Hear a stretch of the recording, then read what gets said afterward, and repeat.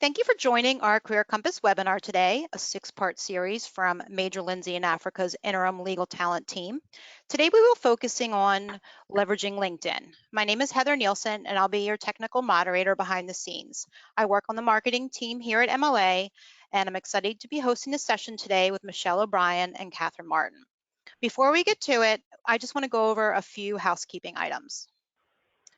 You should all be able to see the screen right now and hopefully hear my voice. The phone lines, however, are muted, so although you can hear me, we cannot hear you.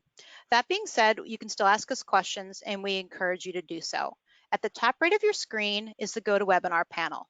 Just open up the console, type a question, and hit submit.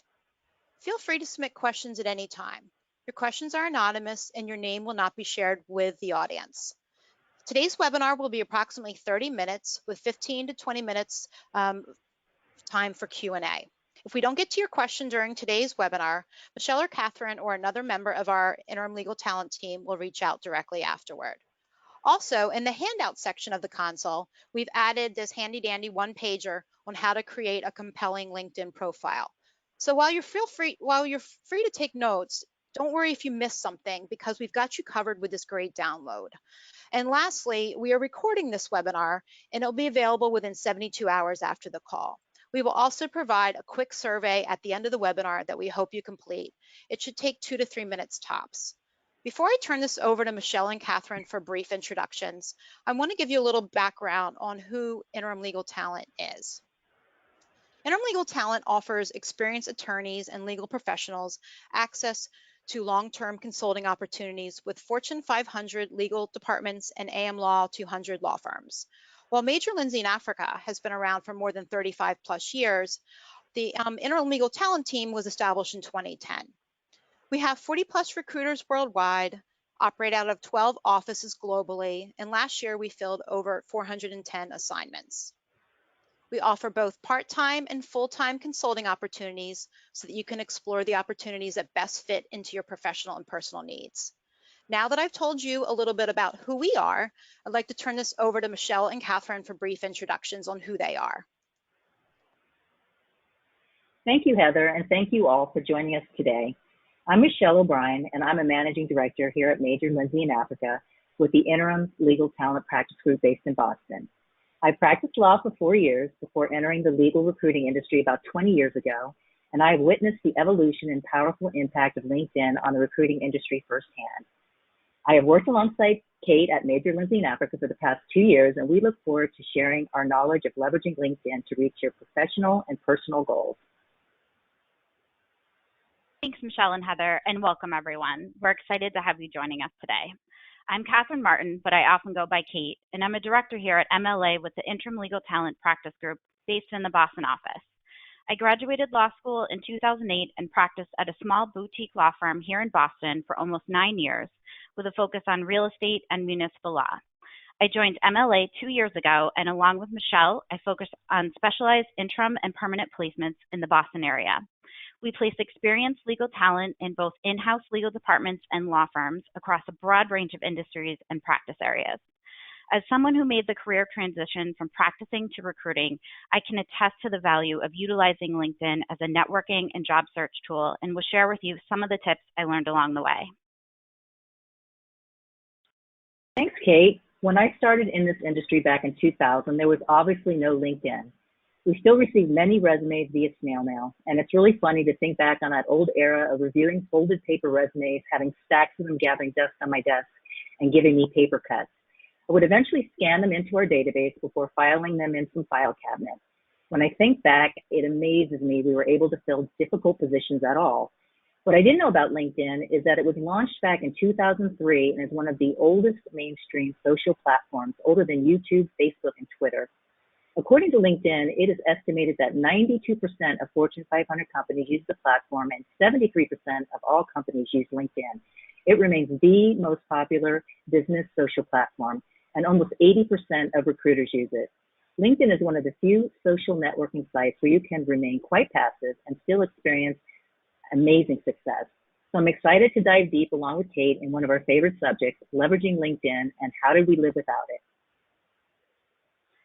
As Michelle mentioned, LinkedIn is one of our favorite topics to discuss, and we hope to impress upon you how important it is to be on LinkedIn, as well as give you some valuable tips on how to utilize it to your advantage.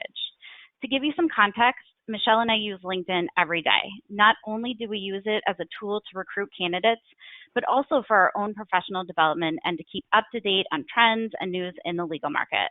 Michelle mentioned some pretty interesting statistics just now about the overwhelming percentage of recruiters and employers that are utilizing LinkedIn to find candidates. For that reason, the first thing we'd like to discuss is some tips on how to build a great profile so recruiters can find you. Next, we'll discuss the importance of keeping a complete and up-to-date profile. We'll also discuss some tips on how to use LinkedIn for networking and staying connected, as well as how to use it as a research tool and for gathering business intel. Lastly, we'll open things up for some Q&A. So building a great profile takes time. First and foremost, do put in the time to make it good. The more complete your profile, the better the odds that we recruiters will find you in the first place. So completeness is definitely important from that standpoint. It's also important that after a recruiter has found you, we know what your skills are, where you've worked, and what people think of you. It's definitely in your best interest to fill out every single section of your profile and listen to LinkedIn's personal suggestions on how to make it strong. Also, do use a professional profile picture. This is hugely important. According to a LinkedIn poll, 86% of people polled said they trust someone much more on LinkedIn if they can see them. Also, a photo increases your profile views by 14 times. Choose a clear and appropriately professional image. Good lighting, professional dress, a nondescript background, a professionally done picture if possible. Avoid the mugshot look you see on driver's licenses and passports. Have a friendly, relaxed demeanor, and try to angle slightly away from the camera. Always remember, a photo is your first impression. As they always say, a good picture is worth 1,000 words and can go a long way to convey the energy, charisma, and the other soft skills that are hard to write about. Also, do write a good headline. This is the most important field in your profile and grabs people's attention right off the bat. The headline will show up right beside your name on LinkedIn, as well as will appear in the results on some search engines. It's an excellent chance to make a great first impression, so say as much as possible and only a few words. Do use keywords if possible. The headline should be clear about what you do and can be changed as often as you like.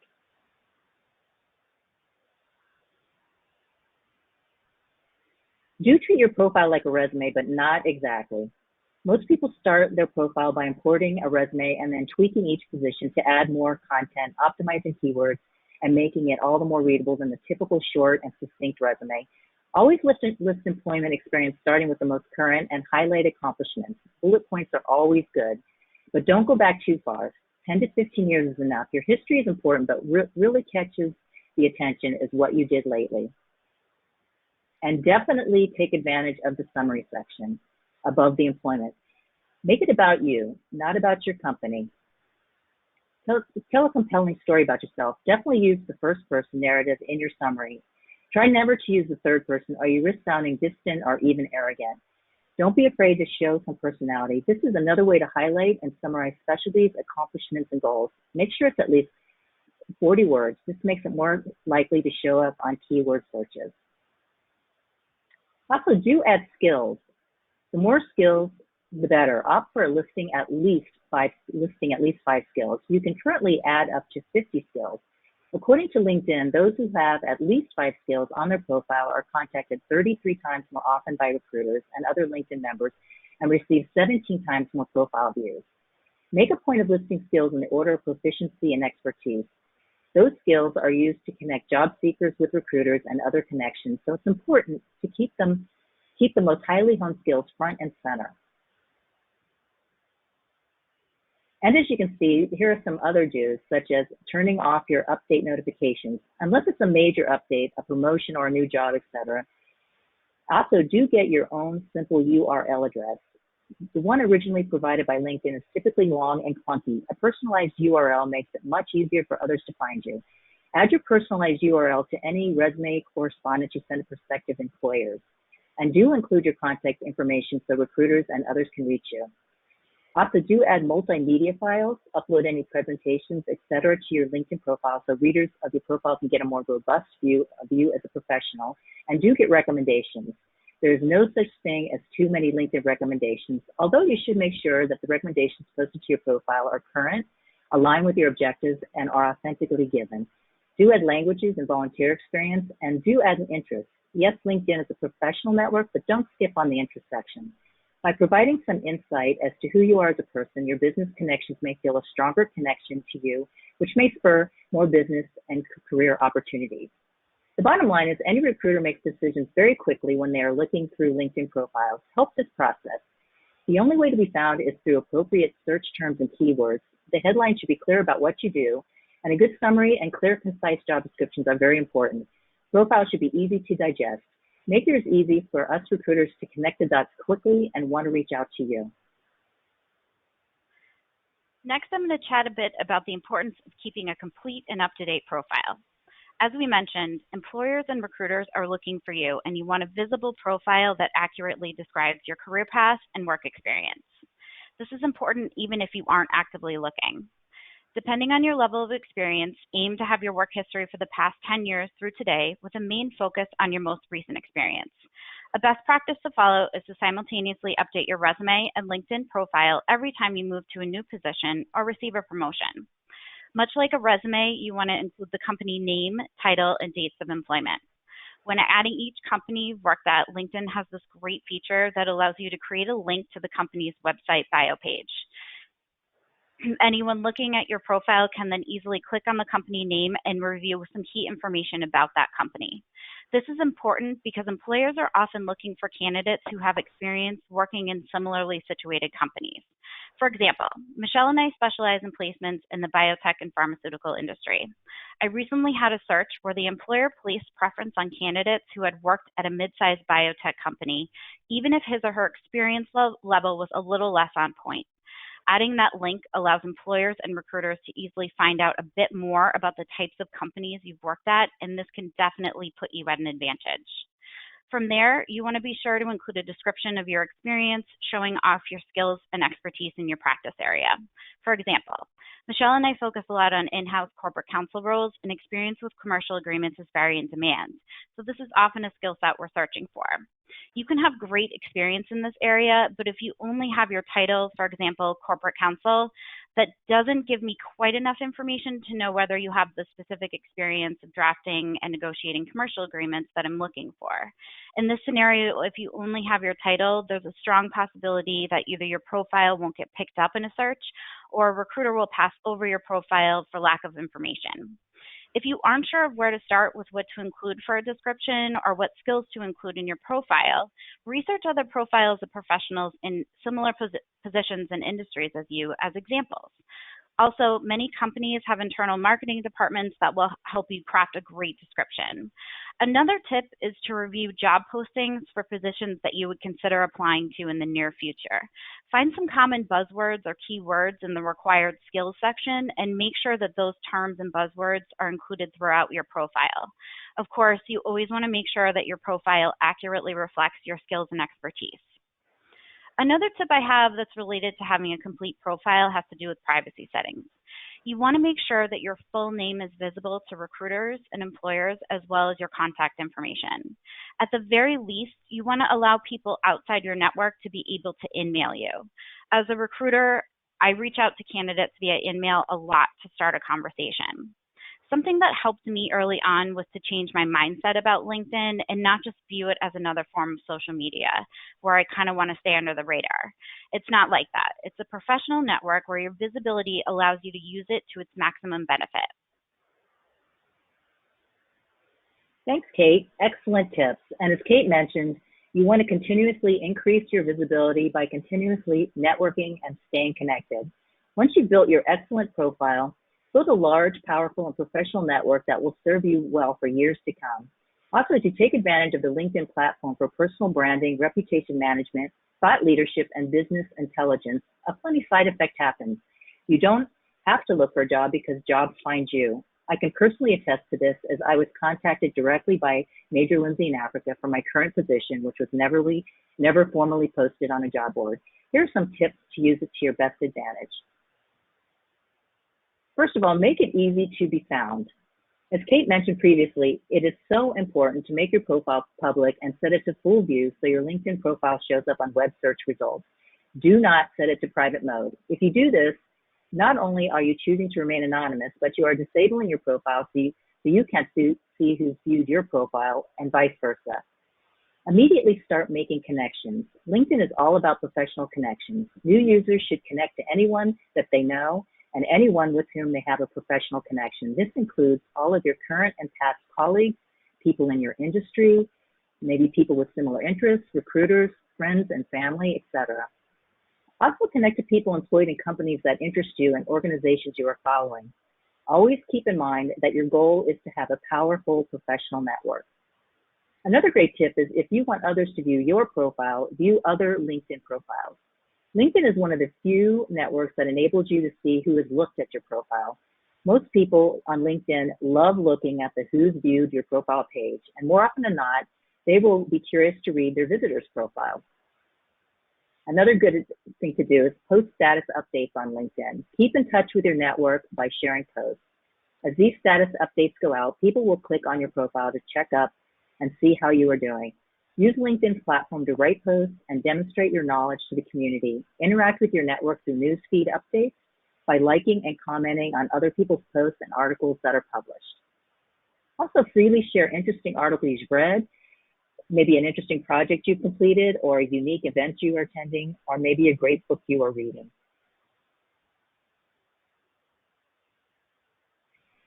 If you have time, publishing a blog post gets you in front of a large number of people quickly because LinkedIn notifies your network of your blog. When you share interesting and informative content, it is soon shared way beyond just your network of connections. As more people read the post, they will likely want to learn more about you, the author, and they will also likely share with their network. Profile views go up and opportunities appear. Also, participate in LinkedIn groups. Although this is not always easy to do because of time constraints, it is often a valuable investment of your time, especially if that group interests you professionally. Not only do you expand your network by joining groups, but you also engage in informative conversations, develop professionally, and more people will view your LinkedIn profile. It's kind of like an ongoing online networking event.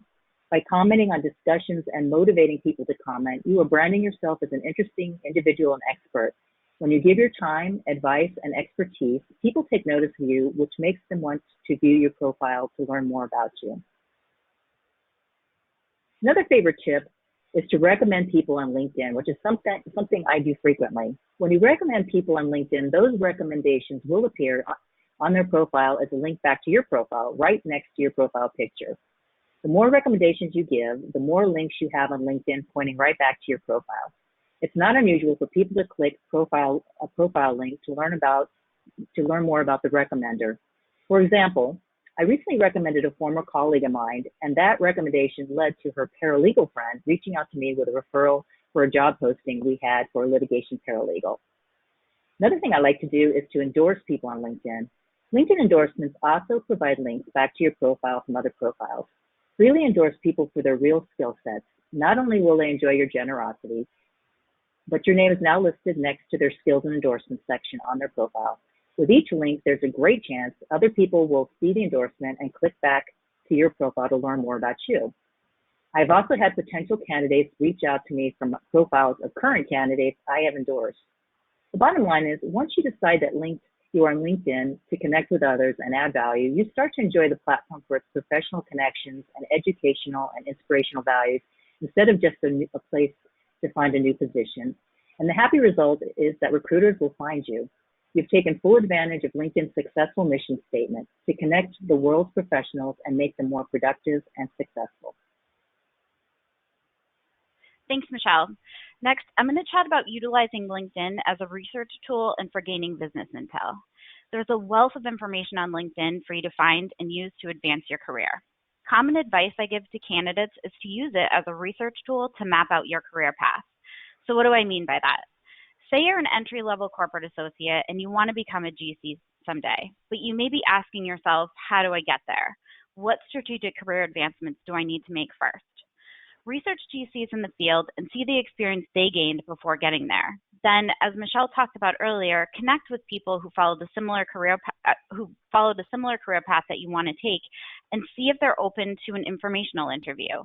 They might have some great tips and advice for you to get to the next step in your career. This is something I did for my own career when making the transition from practicing to legal recruiting, and I can attest to how helpful this was. Next, LinkedIn is great for interview prep. There's a wealth of information on LinkedIn about the company you're interviewing at and the people that work there. Oftentimes, I'll provide candidates before an interview. I'll provide them with the LinkedIn profiles of each interviewer. Oftentimes, LinkedIn profiles offer more detailed information about the interviewer than his or her company website bio. It's imperative that you know the professional background of the people you're interviewing with. During the interview, if you can incorporate into the conversation something you learned about the interviewer from his or her LinkedIn profile, this is a great way to show that you're prepared and serious about the role.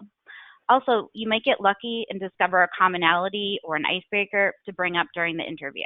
For example, maybe you went to the same college or share previous work experience. You also want to research the company you're interviewing at on LinkedIn, review the company's LinkedIn page and some recent articles and postings about the company, and this really shows that you're knowledgeable about the employer. One of the main reasons the company will elect not to move a candidate forward after an interview is because he or she did not seem to know enough about the company and or its products. LinkedIn is also great to research articles and industry news. As you grow your network, you'll discover that your newsfeed can offer thought-provoking postings, including articles and industry news shared by those in your network.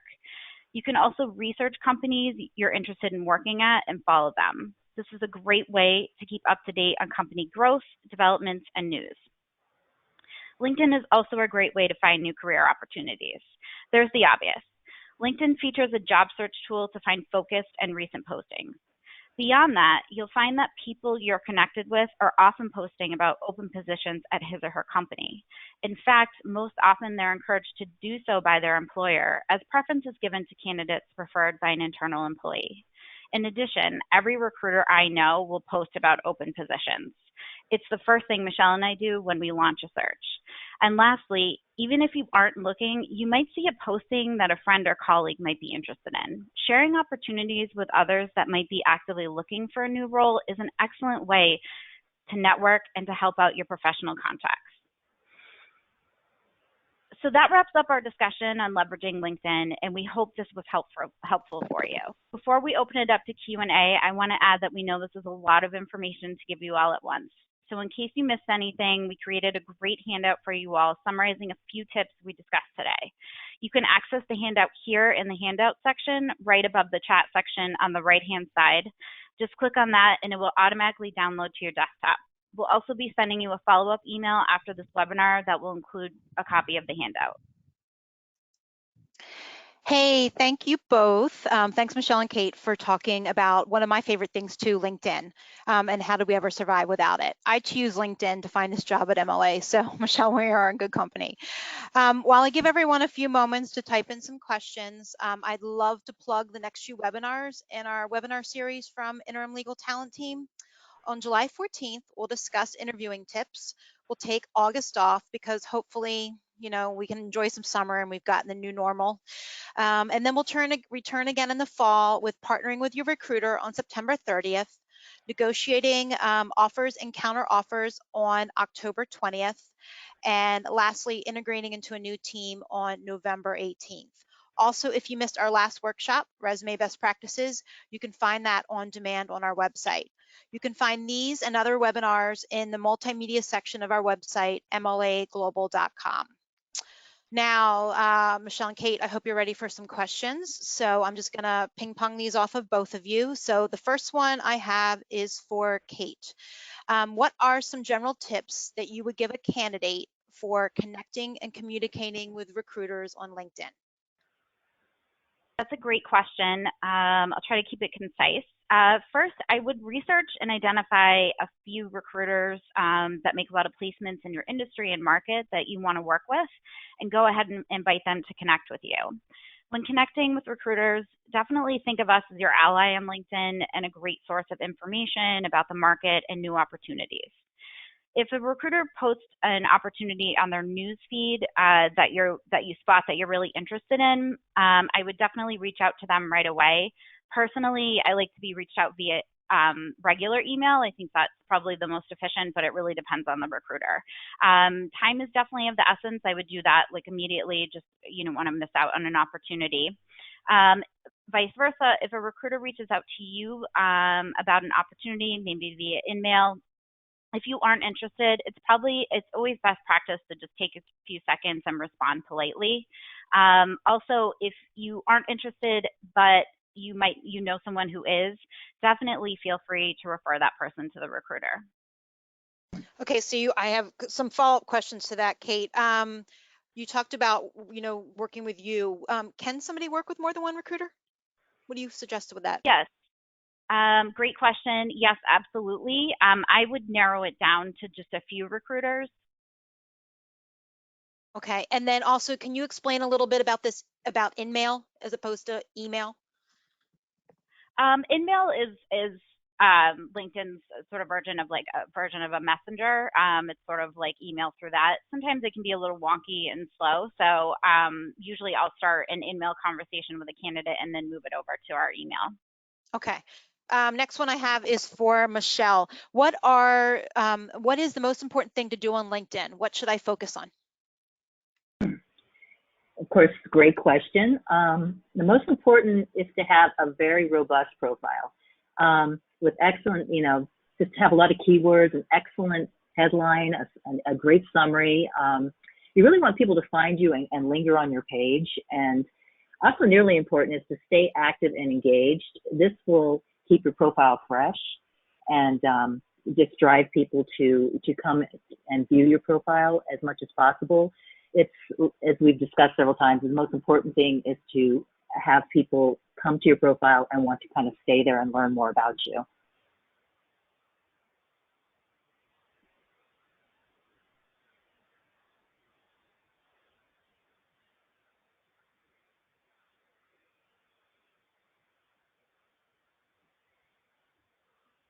Oops, I was on mute. I was about to say, Kate, you're on mute. You're not answering me. So I was on mute. My apologies. Kate, I'm worried about privacy. Do I have to include all my contact information in that section? Another great question, and I do get this one a lot. At a minimum, I'd suggest including your full first and last name, your email address, and lastly, when going through your privacy settings, I would allow those outside of your network to InMail you. As I mentioned, I use InMail a lot to get a conversation started with candidates. Again, I kind of talked about this earlier. LinkedIn's definitely a form of social media where you don't want to stay under the radar. The more visible you are and the more accessible and easily contactable you are, that really opens you up to a lot of opportunities. Obviously, you want to keep an eye out for spam and don't connect with anyone that's not in line with your brand as a legal professional, but generally the majority of people on LinkedIn are using it professionally.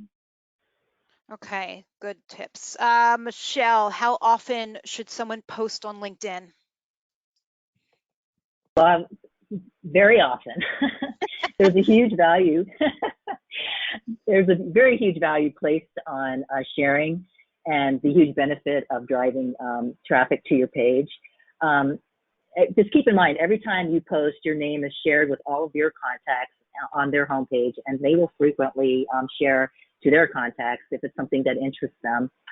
And there's definitely a new thing on LinkedIn where they track your activity on your own page. So anyone who visits your page can see how active you are and how recent you've been there. So it just shows, it's very obvious to anyone who's looking how often you've been on LinkedIn and how active you are. So it just keeps your brand up to date and you out there on LinkedIn for that whoever would like to see you and that one person that you really desire to come to your page, potentially a new employer. That's right. You can go in on the LinkedIn profile. There's a section underneath all the summary where you can look at posts and you can see how often people are posting. So that's good. Absolutely. I'm going to give this one to Kate. Kate, I thought you had to be connected to somebody to see their profile. So how come you're getting information about somebody with whom, so how can you get information about someone with whom you are interviewing? You should, I think that's based on the person's privacy settings, but you can definitely connect with them in order to review their information. But it should be, visible. Right. That's true. So as you were saying, depending upon what the person shows, so as Kate and Michelle were both saying, if you are looking, you should probably keep your profile visible, but you can see what they want you to see. Sometimes you can't see everything, but you should be able to see a little bit. One other, I guess this is a follow-up to that, Kate, about seeing who viewed you. It says, I thought you could only see who has viewed your profile if you have a paid subscription to LinkedIn. My understanding, just because I do have a paid prescription or subscription to LinkedIn, you can opt to be like incognito, but this should be available on your regular LinkedIn page to see who's looked at your profile and vice versa. Yeah, and you can, and Yeah, just to expand on that, right? You can only see a certain amount, right? Only a couple, do they give you like certain people and then they try to make you buy the bigger subscription? Yeah, yep. And Michelle, sorry, we'll let you can add something to that. Yeah, I always was. I think the basic LinkedIn profile without any subscriptions, you still can see who's viewed your profile, is my understanding. But yes, I think once you go up to higher levels, you get a lot more access. Yeah. And Nothing's free. so, yeah, nothing's free, right? Okay, Michelle, But how about this there's one? Go ahead. Sorry about that. no, sure, go ahead. What are your thoughts about reaching out directly to the recruiter, hiring manager regarding a job posting rather than just applying to the position? I think quite frequently job postings will ask that you don't reach out, but if they don't say that, I would go ahead and go and reach out if you can, if that's something, if you're definitely interested. I don't think that would hurt your chances at all. I think, just for a networking standpoint, it just shows that your interest level and enthusiasm. So go for it. Yep. Okay. Kate, with LinkedIn job postings, you often can use Easy Apply or linked directly to a website to apply, slightly outside the scope of this webinar, but do you recommend a cover letter when doing that? Yes. Most of them will ask that you upload a cover letter, but I would, err on the side of caution and do that. Okay. And let me just give one more quick scan here. I think that looks like that might be our last question. So I want to thank, of course, again, my colleagues, Michelle and Kate, for those great tips on creating an amazing LinkedIn profile. And I'm going to get everybody like a couple more seconds. If you have not downloaded that handout, you need to be downloading it now. It's a two-page, double-sided, how to create a compelling LinkedIn profile. Literally everything they went over is in this. If you download that one pager, it should help you create a great profile so that people like Michelle and Kate can find you. So let me thank them again for doing this wonderful workshop today. And we hope that you will join us again on July 14th, when we're going to pivot to interviewing tips with our Chicago team, Megan, Betsy, and Laura. And as mentioned at the end of this webinar, a brief survey will pop up on your screen. We really appreciate if you take the time to fill it out. It's short, it just lets us know how we're doing, and then also if there are any additional topics you would like us to cover on a future webinar. So thanks everybody again. Be safe, be well, and we hope to see you on LinkedIn. Bye everybody. Bye. Bye. Thank you.